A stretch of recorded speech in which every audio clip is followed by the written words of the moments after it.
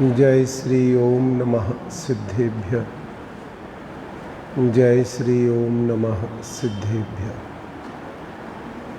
नमो अरिहंताणं, नमो सिद्धाणं, नमो आयरियाणं, नमो वज्रायाणं, नमो लोये सव्वसाहुणम्।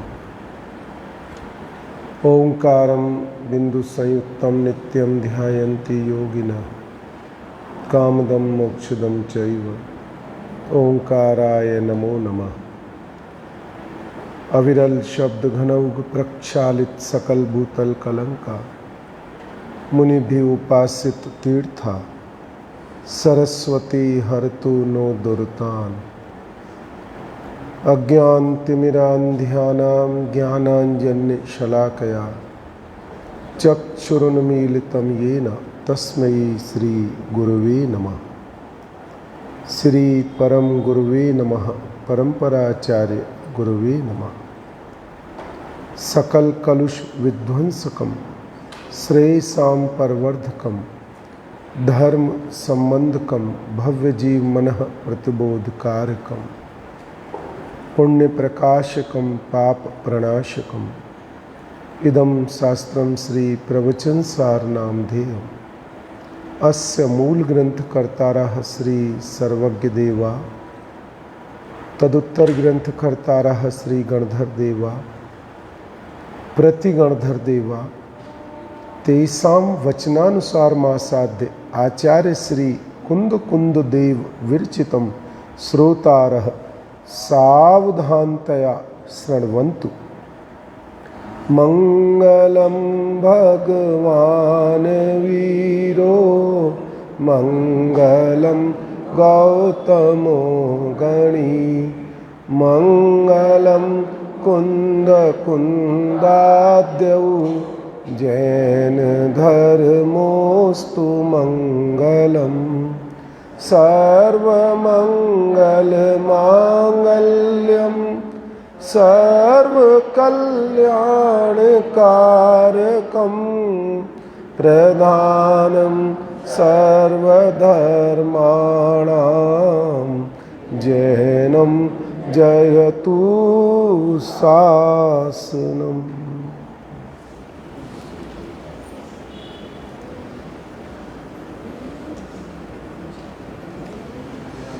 श्री प्रवचन सार नामक परम आध्यात्मिक ग्रंथ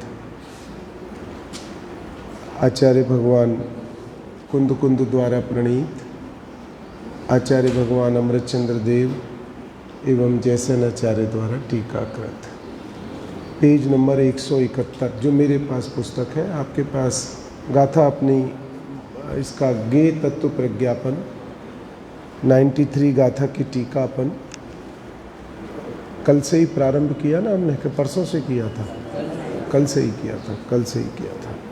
तो कल से ही हमने ये इस ग्रंथ पे इस वस्तु स्वरूप को, प्रत्येक द्रव्य के स्वभाव को, स्वरूप को प्रकाशित करने वाली ये 93वीं गाथा जिन शासन का सार है, अथवा हम दूसरे शब्दों में कहें तो वस्तु व्यवस्था का सार है। जिन शासन में तो ऐसा लगता है कि कोई एक विशेष समुदाय का हो गया। जिन शासन ऐसा शब्द बोले तो ऐसा लगता है कोई विशेष समुदाय का, ऐसा नहीं है। जिनेंद्र भगवान की वाणी में भगवान ने कोई वस्तु व्यवस्था बनाई है ही नहीं। जिन शासन किसको कहते हैं? जिन शासन का दूसरा नाम क्या है? कि जो वस्तु व्यवस्था जैसी है, जो भगवान के केवल ज्ञान में झलकी है, बस भगवान ने वो बता दी है। भगवान ऐसा भी कह सकते थे, देखो हमने बनाई ऐसी वस्तु व्यवस्था, जैसी है वैसा का वैसा बता दिया, बस ये वस्तु व्यवस्था है। उस वस्तु व्यवस्था का नाम जिन शासन है। अब जिन शासन का कौन विरोध कर सकता है? कौन ऐसा कोई विरोधी लाओ कि नहीं साहब ये जिन शासन, हम जिन शासन का विरोध कर सकते हैं। कैसे करोगे? जिन शासन कोई संप्रदाय नहीं है, जिन शासन कोई संप्रदाय नहीं है, जिन शासन में जैन जो मानने वाले हैं वो तो जो जैसी वस्तु व्यवस्था है उसको स्वीकार करने वाला जो समुदाय है उस समुदाय का नाम जैन है। समझो कितनी माने कहाँ हम कहाँ किसी समुदाय विशेष में आते हैं। हम तो वस्तु व्यवस्था में है कि जो जैसी छह द्रव्य का स्वरूप है उस छह द्रव्य के स्वरूप में जीव अजीव का जो जैसा स्वरूप है उस स्वरूप को वैसा जानने वाले, उस स्वरूप को वैसा मानने वाले, उस स्वरूप पर वैसी की वैसी श्रद्धा करने वाले समुदाय को क्या कहा जाता है? जैन कहा जाता है। देखो कितने बड़े गौरव की बात है कि हमें कोई नहीं बदल सकता है। हमारे ऊपर कभी कोई आरोप आक्षेप आ ही नहीं सकता है। अगर आया तो वो वस्तु व्यवस्था पे आरोप आएगा, समझना। अगर हमारे ऊपर कोई बात आई, कोई कुतर्क आया, अच्छा कुछ भी आया, वो किस पे आएगा? वो वस्तु व्यवस्था पे आएगा। हमारे ऊपर तो आ ही नहीं सकता है। क्यों? क्योंकि हमारा समुदाय तो जो वस्तु व्यवस्था जैसी है उसको वैसा का वैसा स्वीकार करने वाला समुदाय है। अब यहाँ आप संसार अवस्था में बैठे हुए हो और कहते हो कि मैं तो मोक्ष स्वरूप हूँ, मैं तो केवल ज्ञान स्वरूप हूँ, मैं तो केवल ज्ञान स्वभावी हूँ, मैं तो सिद्ध स्वभावी हूँ। बैठे कहाँ हो कहाँ? देखो न्याय समझना थोड़े वस्तु व्यवस्था के। अभी है क्या अवस्था? अभी अवस्था संसारी, राग रूप अवस्था, अरे अज्ञान रूप अवस्था। राग के तो अभी दो भेद होते हैं, ज्ञानी का राग और अज्ञानी का राग, समझना। पर अज्ञान रूप अवस्था। और क्या कह रहे हो कि मैं तो सिद्ध स्वभावी हूं। तो वस्तु व्यवस्था क्या कह रही है कि तुम तो हो अज्ञानी, तुम तो हो अभी रागी, तुम तो हो अभी मनुष्य देह में। सिद्ध भगवान तो देहातीत होते हैं, देह से रहित होते हैं, अष्टगुण सहित होते हैं, केवल ज्ञानादि अनंत सुख सहित होते हैं। तो फिर आप वस्तु व्यवस्था से विपरीत श्रद्धान क्यों कर रहे हो? उत्तर समझ, अभी प्रश्न समझ में आ रहा है? फिर आप वस्तु व्यवस्था से विपरीत श्रद्धान क्यों कर रहे हो? कि नहीं कर रहे हैं हम। वस्तु व्यवस्था में एक स्वभाव है और एक पर्याय है। ये अभी गुण और पर्याय की बात चलेगी ना, इसलिए थोड़ा सा ये बता रहा हूं मैं। वस्तु व्यवस्था में एक द्रव्य का स्वभाव है और एक द्रव्य की अवस्था है। तो जो द्रव्य का स्वभाव है वो अनादि से लेके अनंत काल तक एक ही रहता है, और द्रव्य की जो अवस्थाएं हैं वो अनादि से लेके अनंत काल तक प्रति समय ही बदलती है, वो चाहे सिद्ध वाली क्यों ना हो।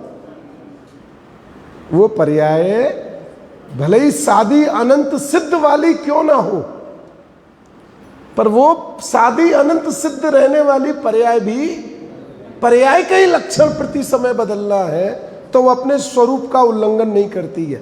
पर्याय अपने स्वभाव का उल्लंघन नहीं करती है। तो जब मैं ऐसा स्वीकार करता हूं, देह में बैठा हुआ, मोह में बैठा हुआ, ये स्वीकार करने का, ये अभ्यास करने का प्रयास करता हूं कि मैं तो स्वभाव से सिद्ध समान हूं, तो मैं वस्तु व्यवस्था से विपरीत हूं कि वस्तु व्यवस्था के अनुकूल हूं? ये बताओ। अगर मैं ये मानूं कि मैं सिद्ध हूं अवस्था में, तो मैं वस्तु व्यवस्था से बाहर हूं। ख्याल में आया ना? क्योंकि पर्याय में वो अवस्था नहीं है, पर्याय में सिद्धपना नहीं है, पर्याय में वर्तमान में विकार है, संसार है, मोह राग द्वेष है। पर तो वैसा मानूं तो वस्तु व्यवस्था से बाहर, और स्वभाव को वैसा मानूं तो भगवान के मत में वस्तु व्यवस्था के अंदर हूं मैं। ख्याल में आ रही है कि नहीं आ रही है? तो लोग बोलते हैं ना, हो तो हो नहीं, हो तो हो नहीं, मानते कैसे हो? अरे हम तो भगवान ने कही है इसलिए मानते हैं। तो भगवान ने ऐसी क्या कह दी जैनियों के पक्ष में, कि जैनियों के पक्ष में नहीं कही है, वस्तु ने कही है कि मेरा जो स्वभाव है वो अवस्थाओं से निरपेक्ष है, वो अवस्थाओं में नहीं जाता है। उस दिन उदाहरण दिया था ना इनकी अंगूठी का, इनकी अंगूठी का नहीं, वो सभी का है। क्या प्रदीप जी, कल को के तो मेरी अंगूठी का उदाहरण है कि मेरी अंगूठी दुर्गुण में नहीं, उसमें नहीं जाती है, द्रव्य में, बाकी की चली जाती है, सोनगढ़ वालों की नहीं जाती है। क्यों ऐसा होगा कि वो सोने की अंगूठी जरूर है पर अंगूठी में सोना नहीं है। समझ में आ गई ना बात, परसों के उदाहरण से समझ में आ गई ना, क्योंकि अंगूठी का नाश होता है। तो जब अंगूठी का नाश होगा तो अगर अंगूठी में सोना स्वीकार किया तो क्या मुश्किल आएगी, अंगूठी के नाश होने से सोने के नाश का प्रसंग आके खड़ा हो जाएगा, और सोने की अंगूठी मानी तो कोई बाधा ही नहीं है, क्या दिक्कत है। सोना कोई ना कोई अवस्था में होगा, अंगूठी में होगा, चैन में होगा, बंगड़ी में होगा, जिसमें भी होगा। सोना बिना अवस्था के परिचय में नहीं आता है, पर वो अवस्था में नहीं जाता है। अब अपने को थोड़ा सा द्रव्य गुण पर्याय की ये बात को, क्योंकि ये प्रकरण इसलिए बोला क्योंकि बार बार अब पर्याय की बात आएगी, यहाँ गुणों की और पर्याय की बात आएगी। तो थोड़ा सा पहले 5-10 मिनट सरलता से उस बात को समझ लेते हैं ना, तो अपने को इस विषय को समझने में बहुत, सबसे कठिन विषय हमने इस बार भाग्य से ले रखे हैं। नहीं, मेरा ही इसमें अभ्यास अच्छा हो रहा है। मैं तो आपका उपकार मानता हूँ, सच्ची बात है। मतलब आप भले ही कुछ भी कहते रहो, क्योंकि आप लोगों के निमित्त से मेरे ज्ञान की निर्मलता में वृद्धि हो रही है, बस उतनी सी बात है। देखो कहाँ तक कल अपन पहुँच गए थे, मैं पूरा पढ़ता हूँ, फिर जहाँ से था वहाँ से आगे लेंगे। इस विश्व में जो कोई जानने में आने वाला पदार्थ है, इस शब्द से समझ में आ गया क्या प्रश्न उठाया था, वो क्या उत्तर लिया था, आ गई ना आगे। वह समस्त ही, जितने भी पदार्थ हैं वे समस्त ही विस्तार, सामान्य, समुदायात्मक, 3 चीजें हैं। विस्तार, सामान्य, मैं अर्थ नहीं बोल रहा हूँ, खाली शब्द बोल रहा हूँ। उन शब्दों के साथ जो उसका भाव है वो आपको अपने चित्त में उतारना है। विस्तार, सामान्य, समुदायात्मक और आयत, सामान्य, समुदाय। विस्तार किसको कहा था? गुणों को। आयत किसको कहा था? पर्यायों को। ठीक है ना। तो विस्तार, सामान्य, समुदायात्मक, आयत, सामान्य, समुदायात्मक द्रव्य से, विस्तार, सामान्य, समुदाय और आयत, सामान्य, समुदाय का नाम भगवान ने क्या दिया है? उसका नाम द्रव्य दिया है। क्योंकि पदार्थ, देखो यहां पदार्थ अलग है और द्रव्य अलग है। तो द्रव्य के लक्षण जब पदार्थ में पाए जाते हैं तो उस पदार्थ को द्रव्य कहा जाता है। समझ में आई कि नहीं एक बात? द्रव्य के लक्षण जब पदार्थ में पाए जाते हैं तब उस पदार्थ को क्या कहा जाता है? द्रव्य। आपको डॉक्टर साहब क्यों कहा जाता है? इनको प्रदीप जी को क्यों नहीं कहा जाता है? समझ में आई कि नहीं आई? क्योंकि वो जो ज्ञान है उस ज्ञान की विशिष्टता आपके अंदर में प्राप्त है, इसलिए आपका नाम डॉक्टर हो गया और आपका नाम नहीं व्यापारी ही रहा, क्योंकि आपके अंदर में उस प्रकार के लक्षण है। 2 चीजें को समझना जरूरी। हम पदार्थ द्रव्य एक समझ रहे हैं, माने यहां है तो एक ही, पर उस जो वस्तु जगत में है उसको आपने द्रव्य क्यों कहा?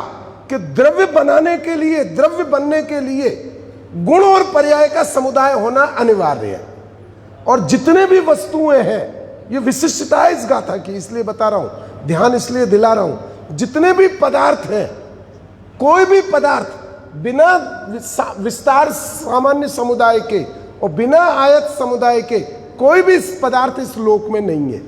तो विस्तार, सामान्य, समुदाय और आयत, सामान्य, समुदाय, इसका नाम क्या है? द्रव्य। इसका नाम क्या है? द्रव्य। देखो, विस्तार, सामान्य, समुदायात्मक और आयत, सामान्य, समुदायात्मक द्रव्य से रचित होने से द्रव्य में है। इसके फुटनोट में इन दोनों का अर्थ दिया है, जिनवाणी के आधार से एक बार वो भी पढ़ ले में। हमने समझ तो लिया है भाव, पर इसको बहुत घिसना पड़ता है इस गाथा को उपयोग में। बिना घिसे ये भाव भाषण में सरलता से पहुंच नहीं पाती है अपने, इसलिए इसको हम बारंबार बारंबार बारंबार अभ्यास करके अपने निर्मल उपयोग को निर्मल करेंगे, जिससे कि ये बात जो वस्तु व्यवस्था है, स्वप्न में भी कोई पूछे तो द्रव्य गुण की व्यवस्था हमारे को, और जहां द्रव्य गुण की व्यवस्था आ गई वहां विकार का अंत हो जाता है। ये इसकी विशिष्टता है, वहां विकार नहीं होता है। सबसे बड़ी बात तो ये देखो क्या कह रहे हैं फुटनोट में नीचे, विस्तार सामान्य समुदाय का अर्थ दिया है। विस्तार सामान्य रूप समुदाय, विस्तार का अर्थ है चौड़ाई। द्रव्य की चौड़ाई की अपेक्षा के, अर्थात ब्रैकेट में, एक साथ रहने वाले सहभावी, कैसे सहभावी भेदों को, है तो क्या भेद, पर एक साथ रहते हैं। विस्तार विशेषों को, भेद माने भेद तो अलग अलग हो गए, तो भेद का नाम क्या दिया, विस्तार विशेष। सामान्य क्यों लिया, सहभावी है, अनेक सहभावी है। थोड़ा कठिन तो पढ़ना होगा, पर क्या करूं मैं कोशिश करूंगा बार बार इसको और सरल करने की। सहभावी है माने एक साथ रहते हैं, एक साथ रहते हैं, इसलिए इसको क्या बोल दिया, सामान्य। ठीक है ना, विस्तार सामान्य बोल दिया। विस्तार विशेष क्यों कहा, क्योंकि भेद है, एक एक एक है, समझ गए ना, तो वो विस्तार विशेष हो गया। देखो अभी आएगा आगे, बहुत खुलासा आना चाहिए इसका। और विस्तार विशेषों को गुण कहा जाता है, जैसे ज्ञान, दर्शन, चारित्र इत्यादि जीव द्रव्य के विस्तार विशेष अर्थात गुण हैं। ये क्या है, जीव द्रव्य के विस्तार विशेष अर्थात गुण है। ज्ञान गुण अलग है, ज्ञान गुण दर्शन नहीं है, दर्शन चारित्र नहीं है, चारित्र ज्ञान नहीं है, और दर्शन चारित्र नहीं है। हर गुण अलग अलग है। इस अपेक्षा से इनको क्या कहा प्रदीप जी, विशेष। इस अपेक्षा से इन गुणों का नाम क्या हो गया, विशेष। उन विस्तार विशेषों में रहने वाले, अब ध्यान से समझना, विशेषत्व को गौण कर दो। किसको गौण कर दो, विशेषत्व को गौण कर दो। गौण कर दो माने अभाव मत करो, विशेषत्व पे दृष्टि मत ले जाओ। अब किस पे ले जाओ, गौण करें तो इन सब में एक आत्म स्वरूप सामान्यत्व भाषित होता है। समझ में आ गई कि नहीं आ गई बात, क्या लगता है, ज्ञान भी आत्मा रूप लगता है, दर्शन भी आत्मा रूप रखता है, चारित्र भी आत्मा रूप रखता है। क्यों रखता है चेतन, क्योंकि सहभावी है।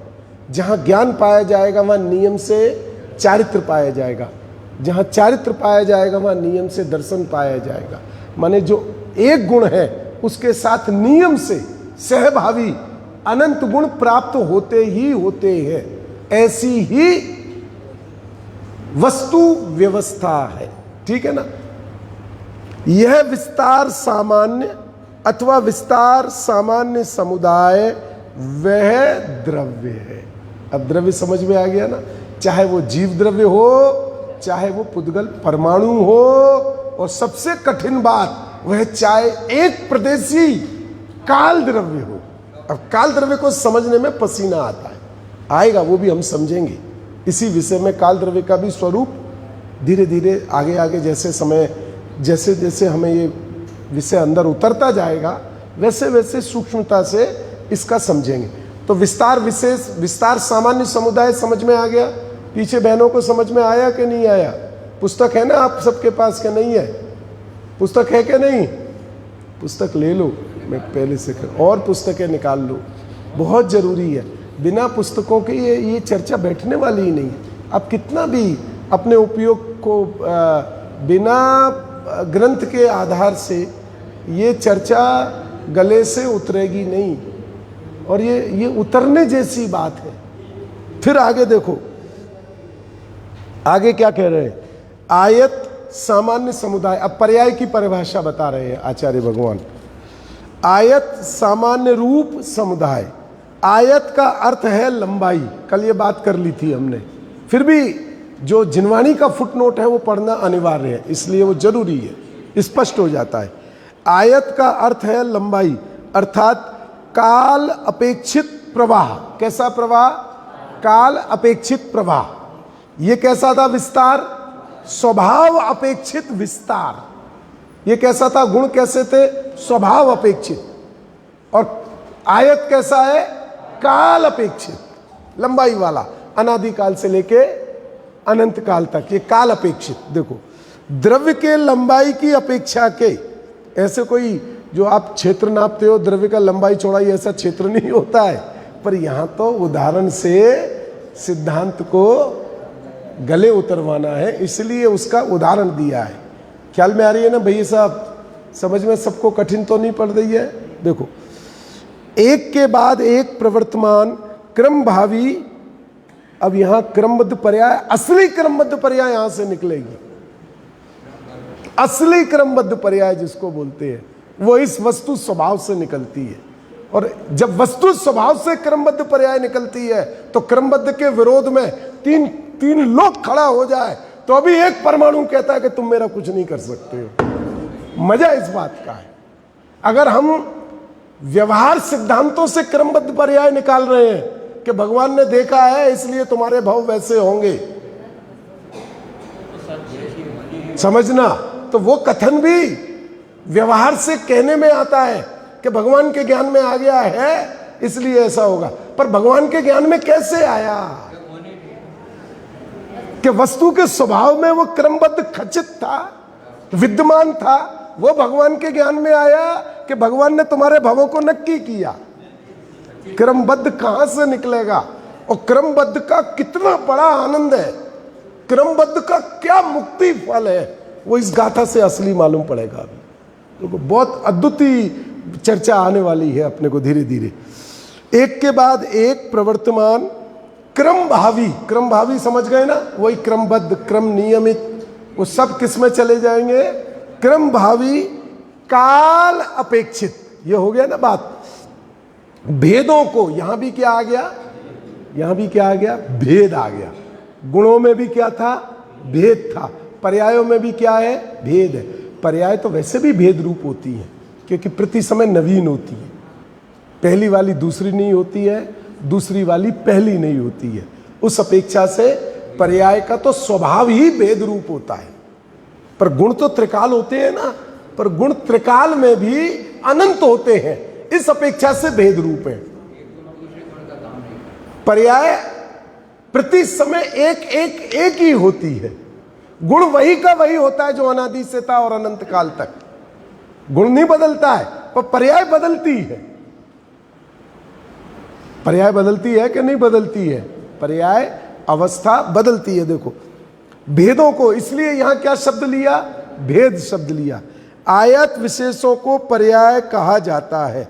उन क्रम भावी पर्यायों में, अब देखो, पर्याय के साथ ही विशेषण आचार्य भगवान ने क्या लिख दिया? उन क्रम भावी पर्यायों में, क्योंकि उनका स्वरूप ही क्रममय है। क्रमबद्ध पर्याय पूज्य गुरुदेव श्री ने नई नहीं निकाली है कि ये सोनगढ़ से निकली है, सोनगढ़ से निकली है। आदरणीय डॉक्टर साहब ने उस पर क्रमबद्ध पर्याय नामक पुस्तक निकली है। ये सोनगढ़ वालों का नया सिद्धांत है, ये सोनगढ़ वालों का नहीं है, ये वस्तु व्यवस्था का सिद्धांत है। भला भाग्य है हमारा कि उस सिद्धांत को पूज्य गुरुदेव श्री ने हमें बता दिया, नहीं तो हम वस्तु व्यवस्था के उस सिद्धांत से अपरिचित रह जाते और अपना कल्याण नहीं कर पाते। पर्यायों की फेर फार की बुद्धि में पूरा मनुष्य भव निकाल देते। देखो, उन क्रम भावी पर्यायों में प्रवर्तमान विशेष सत्व को गौण करें। अब यहां किसको गौण करना है? वहां विस्तार में किसको गौण किया था? भेदों को गौण किया था। वहां किसको गौण किया था? गौण समझते हैं ना? मुख्य गौण तो समझते हैं ना? और उस दिन बताया था ना, दूल्हे दुल्हन के साथ फोटो अपनी है, अपने को देखा तो मुख्य किसको किया? बाकी को अभाव के गौण। गौण समझ में ना? और अगर वो दुल्हन को देखा तो, या सबको देखा तो सब मुख्य हो गए। समझ में आया ना? तो मुख्य गौण की जो व्यवस्था है, उस व्यवस्था में देखो कहते हैं उन कृपभावी पर्यायों में प्रवर्तमान विशेष सत्व को गौण करें, विशेष पने को गौण कर दो। तो एक द्रव्यत्व रूप सामान्यत्व ही भाषित होता है। क्या भाषित होता है? द्रव्यत्व रूप सामान्यत्व ही भाषित होता है। वह यह आयत सामान्य अथवा आयत सामान्य समुदाय वह द्रव्य है। इतनी बात जितनी समझ में आई हो समझ लेना, पर हम पूरी समझने का प्रयास करेंगे। अब आगे चलते हैं, कल जहां तक चला था उससे आगे चलेंगे। वह समस्त ही विस्तार सामान्य समुदायात्मक और आयत सामान्य समुदायात्मक द्रव्य से रचित होने से द्रव्यमय अर्थात द्रव्य के स्वरूपमय है, द्रव्य ही है। यह द्रव्य की रचना की विशिष्टता हो गई। अब आगे देखो, और द्रव्य एक जिनका आश्रय है। या आप किसकी बात कर रहे हैं? आचार्य भगवान द्रव्य की बात कर दी। द्रव्य का लक्षण बताया कि जो पदार्थ विस्तार सामान्य समुदाय है, आयत सामान्य समुदाय है, तो विस्तार सामान्य समुदाय और आयत सामान्य समुदाय का नाम क्या हुआ? द्रव्य। और वो पदार्थ कैसा है? उस रूप है, तो उस पदार्थ का नाम क्या हो गया? द्रव्य हो गया। पदार्थ का नाम क्या हो गया? द्रव्य हो गया। नहीं तो जीव, पुद्गल, धर्म, अधर्म, आकाश और काल आप अलग अलग बोलते। जीव द्रव्य, पुद्गल द्रव्य, धर्म द्रव्य, अधर्म द्रव्य, आकाश द्रव्य, काल द्रव्य। सबके साथ द्रव्य क्यों लगाते हो? काल के साथ मत लगाओ। धर्म अधर्म के साथ मत लगाओ द्रव्य, क्या दिक्कत है? पदार्थ मान लो, पदार्थ मान लो, द्रव्य मत लगाओ। समझ में आई कि नहीं आई? तो फिर अगर उसको द्रव्य मत मानो तो वो धर्म का लक्षण गति हेतुत्व है। तो गति क्या है? ये भेद है, गुण है। धर्म द्रव्य गति हेतुत्व है। ये गति हेतुत्व क्या है? ये गुण है ना। तो उस धर्म में गुण रहा क्या नहीं रहा? अच्छा, वो धर्म द्रव्य अनादि काल से लेके अनंत काल तक समस्त जीव और पुद्गलों को गमन में निमित्त है कि नहीं है? तो अनादि काल से लेके अनंत काल तक जीव और पुद्गल जो अनादि अनंत है, उनको कौन निमित्त है? तो अब वो धर्म द्रव्य जब जब निमित्त बना तो धर्म द्रव्य में पर्याय हुई कि नहीं हुई? धर्म में पर्याय हुई कि नहीं हुई? हुई ना। नहीं तो बिना पर्याय के ये निमित्त बना, या धर्म द्रव्य अनादि अनंत है, ये आप कैसे कहोगे? उत्तर समझ में आ रहा है? थोड़ी सी कठिनाई है, पर समझ में आ रहा है कि नहीं आ रहा है? खाली पदार्थ कहो ना, खाली छह कहो ना, जीव पुद्गल धर्म अधर्म आकाश काल, नहीं, ये छह द्रव्य है। समझ में आ रहा है गुड्डू बाबू? नहीं आ रहा है समझ में? क्या है ये छह द्रव्य है। क्यों द्रव्य है?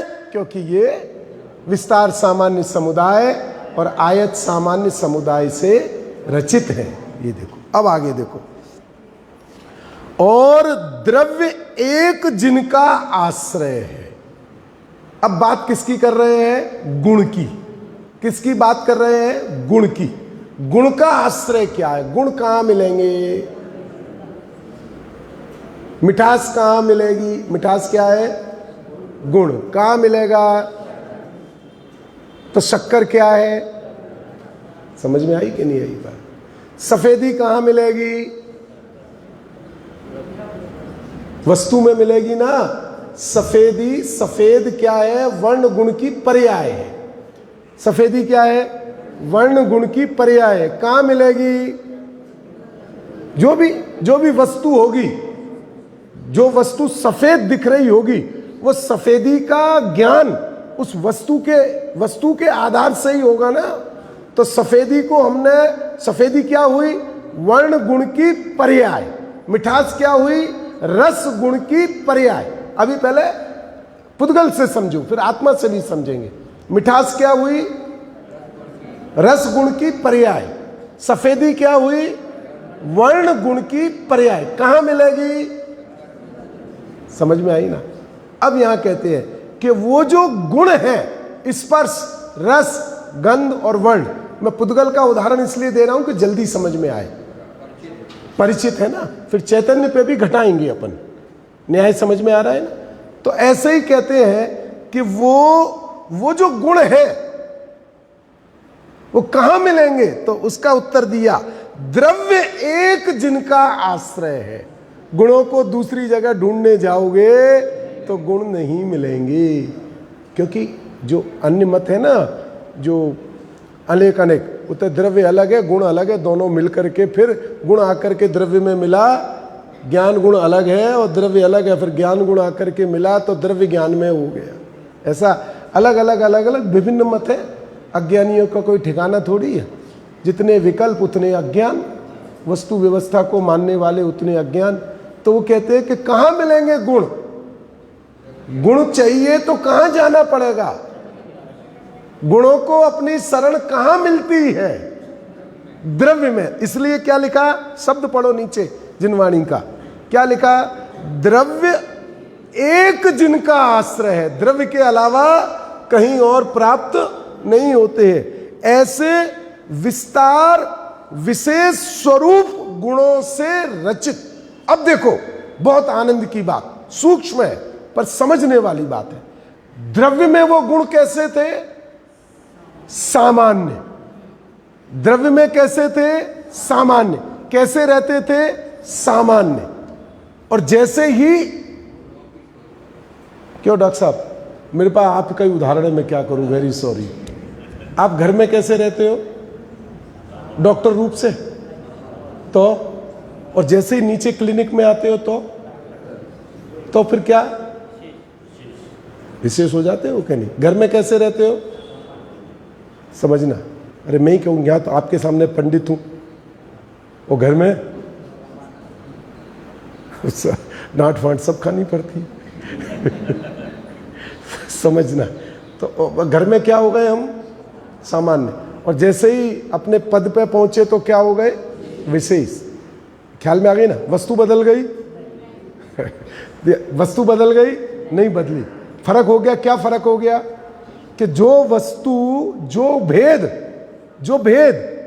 द्रव्य रूप से सामान्य है, वही भेद स्वरूप से विशेष है। बदला नहीं। वही द्रव्य, जो गुण द्रव्य में सामान्य रूप से है, द्रव्य में उसकी कोई कीमत नहीं है, कोई गिनती नहीं है। क्यों नहीं है? क्योंकि उसमें द्रव्य की कीमत है।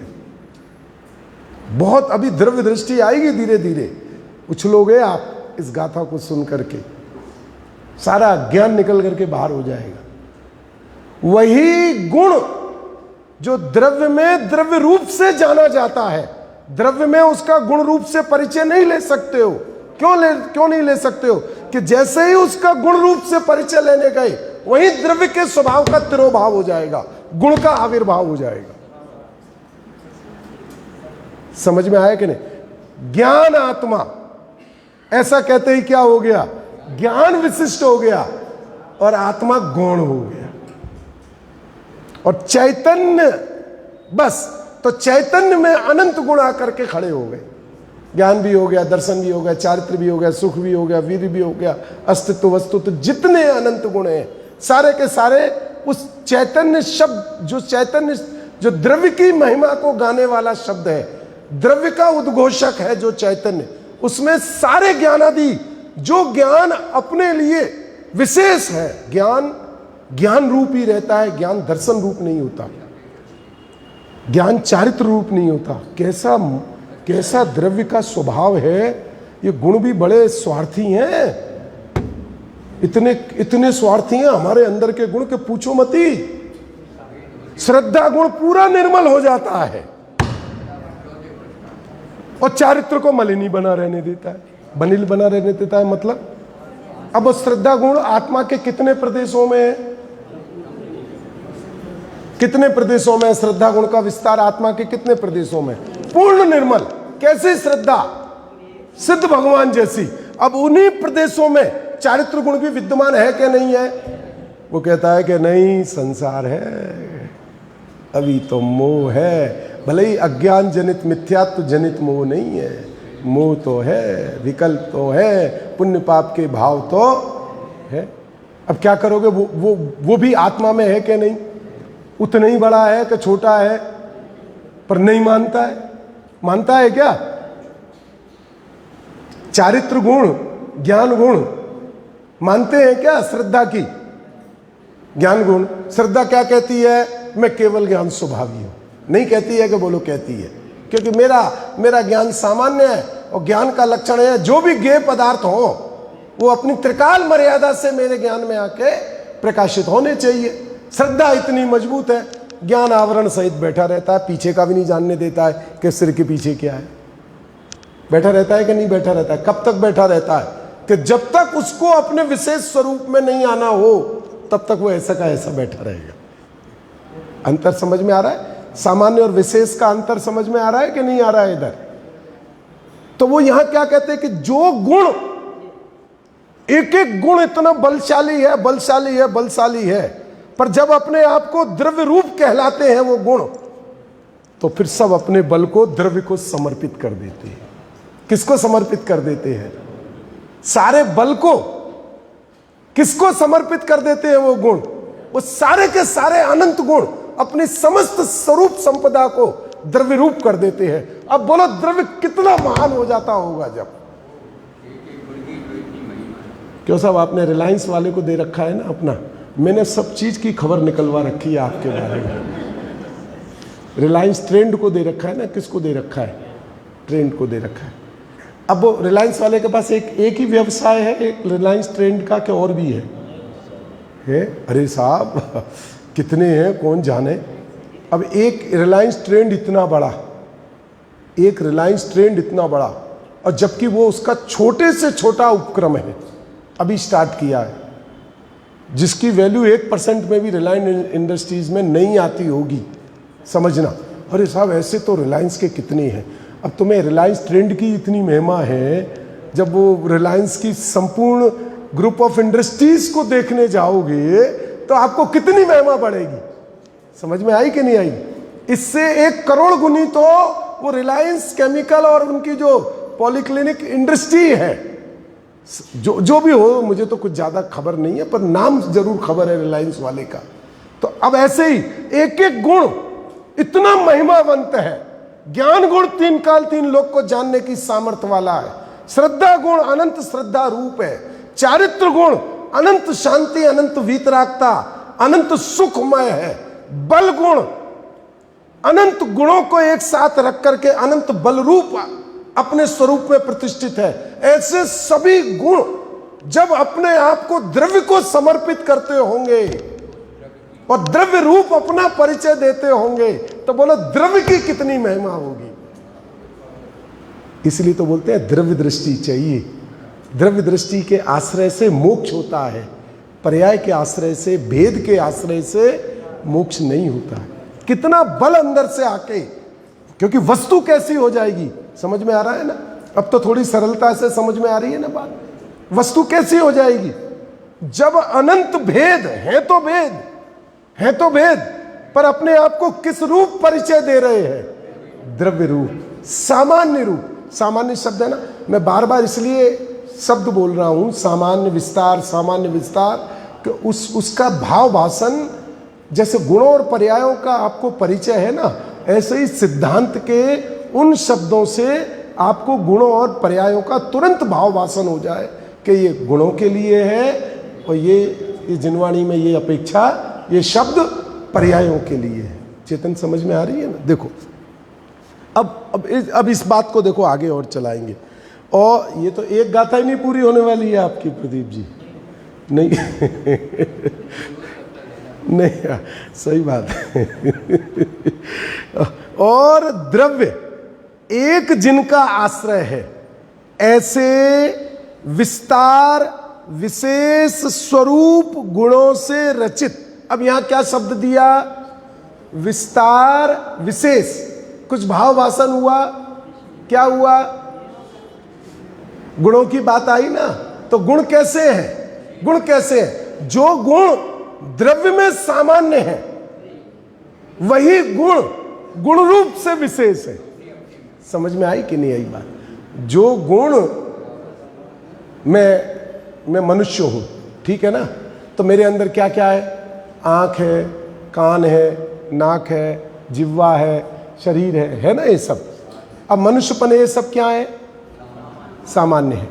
अब सामान्य है ना, अब आंख से कहो ना आज थोड़ा नाक बंद हो गई है सर्दी की वजह से, तू ही खींच ले ना सांस। क्यों? अरे सब एक दूसरे को सहयोगी है कि नहीं शरीर में? सामान्य रूप से एक दूसरे को, उदाहरण से समझ लो, सिद्धांत समझो। ये मैं क्या हूं? मेरा लक्षण क्या है? मनुष्यपना। तो मनुष्य का लक्षण क्या? 5 इंद्री। तो 5 इंद्री में चक्षु इंद्री, कर्ण इंद्री, घ्राण इंद्री, स्पर्शन इंद्री और रसना इंद्री, ठीक है ना? सब मिलकर के ही एक मनुष्यपने की रचना हुई है ना। अब सर्दी हो गई, नाक बंद हो गई, अब क्या करें? थोड़ा आंख से रिक्वेस्ट कर, भाई हम तो साथ में ही रहते हैं ना, ऊपर नीचे ही तो है, सांस तू खींच ले, सांस तू छोड़ दे, करेगी? तो मेरा स्वभाव ही नहीं। तो फिर मनुष्यपने तू कैसे है? मनुष्यपने में तो मैं भी हूं और तू भी है। समझ में आ रही है कि नहीं आ रही है? मनुष्यपने में तो जिह्वा भी है। जिह्वा से कहो आंख बंद हो गई है, कोई बात नहीं, तू देख ले, अभी मुझे तो बहुत गहरी नींद है, देख ले कौन आया है। देख लेगी? क्यों नहीं देखेगी? विशेष समझ में आ रहा है कि वो जो 5 इंद्रियां मनुष्यपने सामान्य है, वही अपने इंद्रियपने विशेष है। वो अपना अपना काम करेंगी। आंख आंख रूप काम करेगी, नाक नाक रूप काम करेगी। उनकी जो जो कार्य है वो कार्य करेंगे, एक दूसरे का कार्य कर ही नहीं सकते ये। अब विस्तार विशेष शब्द का भाव समझ में आया कि अभी भी आया कि नहीं आया? और सरल करूं? अब तो आ गया होगा ना, थोड़ा आगे बढ़े ना। देखो क्या कह रहे हैं, और द्रव्य एक जिनका आश्रय है, ऐसे विस्तार विशेष स्वरूप गुणों से। कैसा है? गुण का स्वरूप कैसा है? विशेष है, वो एक दूसरे का काम नहीं करते, निरपेक्ष होते हैं गुण। द्रव्याश्रया निर्गुणा गुणा। गुण दूसरे गुण के आश्रित नहीं होता है, वो द्रव्य के आश्रित होता है। द्रव्याश्रया, कहाँ रहते हैं गुण? द्रव्य के आश्रय से।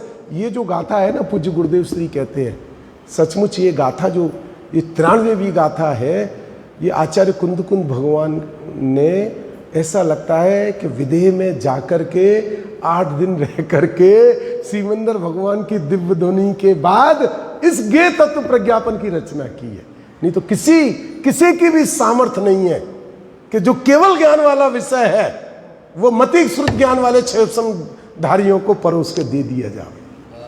किसी की सामर्थ्य नहीं है ये द्रव्य गुण पर्याय की जो पारमेश्वरी व्यवस्था है, ये सचमुच केवल ज्ञान का विषय है। और आचार्य अमृतचंद्र भगवान ने ऐसे रख दिया है कि जो सामान्य 6 धारी जीव भी होगा उसको भी ये त्रिकाल अपनी वस्तु व्यवस्था, 6 द्रव्यों का स्वरूप, गुणों का स्वरूप, पर्याय का स्वरूप, जैसा वस्तु व्यवस्था में है वैसा का वैसा समझ में, वैसा का वैसा अंदर में उतर जाएगा। ख्याल में आ गई ना? देखो, और द्रव्य एक जिनका आश्रय है, गुणों की बात है, ऐसे विस्तार विशेष स्वरूप गुणों से रचित। अब गुणों का क्या स्वरूप है? वो अपने अपने में रहते हैं, दूसरे रूप नहीं होते, गुण गुण रूप रहते हैं। गुणों से रचित अर्थात गुणों से बने हुए होने से गुणात्मक है। गुणात्मक शब्द क्यों दिया? क्योंकि एक गुण अनंत गुणों को स्थान देता है। समझ में आई कि नहीं आई? ये जो आत्मा है ना, आत्मा अमूर्तिक है, ठीक है ना? कैसा है? अमूर्तिक है भैया। कितना प्रदेशी है? असंख्यात प्रदेशी है, ठीक है ना? 2 चीजें, आत्मा कैसा है? अमूर्तिक है। क्षेत्र कितना बड़ा है? असंख्यात प्रदेशी है। अच्छा, ज्ञान गुण कितने प्रदेशों में है? ज्ञान गुण कितने प्रदेशों में है? असंख्य है। दर्शन गुण, चारित्र गुण, वीर्य गुण, अस्तित्व वस्तुत्व आदि गुण, बाकी के अनंत गुण, सब में, पूरे पूरे में कहीं कोई ऐसा नहीं है कि ये दिमाग वाले क्षेत्र में ज्ञान रहेगा और ये अनुभूति वाला क्षेत्र में, हृदय में अनुभूति वाला रहेगा जहां आत्मा के प्रदेश होंगे। ऐसी कोई व्यवस्था तो नहीं है ना, समझना। ऐसी कोई व्यवस्था है? ज्ञान कहाँ है? पूरे में। दर्शन कहाँ है? चारित्र कहाँ है? पूरे में। जो है वो पूरे में है। अब वो कहते हैं कि पूरे में होने पर भी एक दूसरे में गड्ढमड हो गए, क्या हुए? अरे ये व्यवस्था नहीं हो सकती है। अरे ये तो अरूपी व्यवस्था है, रूपी में ये व्यवस्था हो सकती है। क्यों डॉक्टर साहब, मैं क्या करूं? बार बार आपका नाम याद आता है। आप जो दवाई देते हो, किसी को आपने मल्टी विटामिन दिया, उसमें 100 तरह के विटामिन है, इतनी सी गोली है। अब उसमें vitamin A, B, C, D, जितने मिनरल सब है। अब कौन से भाग में विटामिन ए है, कौन से में बी है, कौन से में सी है, कौन से में डी है, कौन से में D3 है, किस में क्या क्या है, कौन से में मिनरल है, अलग अलग भागों में होता होगा। सुई की नोक से उठाओ, उसका एक बिंदु खुरचने में जो बिंदु आया, उसमें तो फिर अब 100 विटामिन वाली गोली है तो एक ही तो होगा। क्यों अध्यक्ष महोदय, आपकी ही अध्यक्षता में निर्णय कर ले मैं ये बात को, कितना होगा उसमें? 100 के 100 होंगे कि नहीं होंगे? समझ में आ रही है कि एक होगा कि दो होंगे? तो जब रूपी में एक गुण को दूसरे गुण को जगह देने में कोई परेशानी नहीं है, समझ में आ रहा है ना, तो अरूपी में कैसे होगी? जो स्पर्श रस गंध वर्ण वाला रूपी पदार्थ है, वो रूपी पदार्थ भी अपने एक दूसरे अनंत गुणों को एक क्षेत्र में, उसके तो प्रदेश भी है ना, उसके तो परमाणु से उसका माप होता है, तो वो जगह देने में उसको कोई परेशानी नहीं है, तो जीव को कैसे होगी? समझ में आई? तो वो जो गुण है वो कैसे है? गुणात्मक है। समझ में आई कि नहीं आई? गुण कैसे है? गुणात्मक है। गुणात्मक है माने वो एक गुण अनंत गुणों में रूप उसका चला जाता है। अपन बोलते हैं ना, ज्ञान गुण का रूप आत्मा में कितने गुणों में है? कैसे है? कैसे कह दिया आपने साहब कि शास्त्र में लिखा था? शास्त्र में लिखा था इसलिए नहीं, उसका लक्षण ही ऐसा है। ज्ञान गुण का रूप अनंत गुण में क्यों जाएगा? वो तो विशेष है कि उसका विशेष होने पर भी उसका स्वरूप ये भी है। क्या स्वरूप है? कि वो गुणात्मक है, वो अनंत गुणों में जाएगा, अनंत गुणों को अपने यहां स्थान देगा। ये व्यवस्था समझ में आ रही है ना? अपन बोलते हैं ना क्या, अनंत गुण समकिता, एक शब्द ऐसा कुछ आता है कि जो भी गुण है वो अनंत गुणों में प्रसरता है, फैलता है। क्यों फैलता है? विशेष होने पर भी अनंत गुणों में क्यों फैलता है? एक गुण का रूप दूसरे गुण में जाता है कि नहीं? जाता है ना, तो कैसे चला जाएगा? जो विशेष है, अब शब्द समझना, समस्या क्या है? वो तो अपने विशेष स्वरूप में रहता है ना, तो विशेष स्वरूप में रहता हुआ दूसरे गुण में कैसे जाएगा? द्रव्य की तो हमने मान ली भगवान, द्रव्य की तो हमने आपके कहने से मान ली, पर वो कहते हैं कि ये तो वस्तु स्वरूप का निर्णय कर रहे हैं, और वस्तु स्वरूप के निर्णय में प्रश्न नहीं उठते हैं, स्वभाव में प्रश्न नहीं उठते हैं कभी भी। अग्नि उष्ण क्यों है साहब? जल शीतल क्यों है? स्वभाव में प्रश्न नहीं उठते हैं। तो ऐसे ही गुण के स्वरूप में ही भगवान ने ये बता दिया। क्या बता दिया? वस्तु व्यवस्था, जो गुण विशेष है पर विशेष होने पर भी वो गुणात्मक है। समझ में आ गई? वो अनंत गुणों में प्रसरता है और अनंत गुणों को अपने यहां अपने स्वरूप में स्थान देता है। ख्याल में आई? ये तो गुण की विशेषता है। तो अब देखो, अब पढ़ोगे तो फिर एक एक चीज स्पष्ट होती चली जाएगी। और द्रव्य एक जिनका, ये बात बोलूं ना मैं, ये भी मेरे को पहली बार समझ में आई है, गुणात्मक वाली भी, आपके निमित्त से। मैंने पहले मलाड में बहुत प्रवचन किए, पर ये गुणात्मक शब्द मेरे को उस समय उसका जो भाव जो आना चाहिए, पर वो तो जब योग्यता होती है तब आता है, वही वाली बात है। तो अब और स्पष्ट हो गया और ख्याल में आ गया।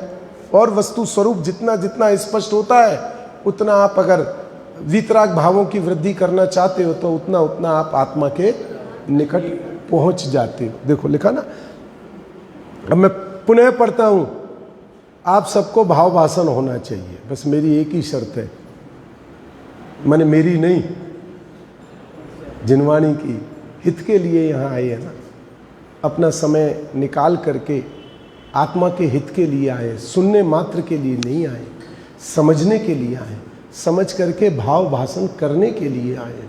तो जहाँ तक भाव भाषण ना हो वहाँ तक निरंतर और एक आश्चर्य इस बात का होता है कि अगर आपको भाव भाषण करने की ईमानदारी से इच्छा है ना तो भाव भाषण नियम से होता है, पर आपके परिणामों में वो ईमानदारी होनी चाहिए कि मुझे भाव भाषण करना है, सुनना है ऐसा नहीं, मुझे तो इस वस्तु की प्रतीति करना है।